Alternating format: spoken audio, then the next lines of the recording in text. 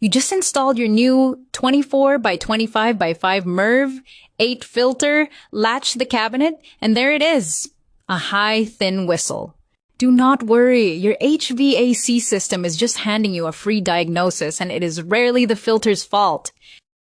That noise means air is taking a shortcut. We see two causes: a bypass whistle where air slips through a gap around the filter, or a restriction whistle where the media is fighting the blower.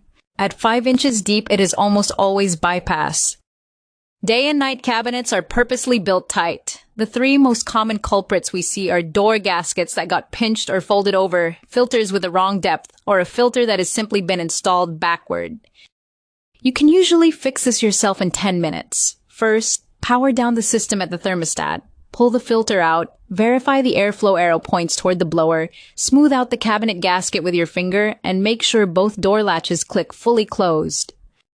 Fixing that seal matters. Americans spend 90% of their time indoors. Stopping that bypass improves your air quality, protects your equipment, and a clean, well-sealed filter can cut your HVAC energy use by up to 15%.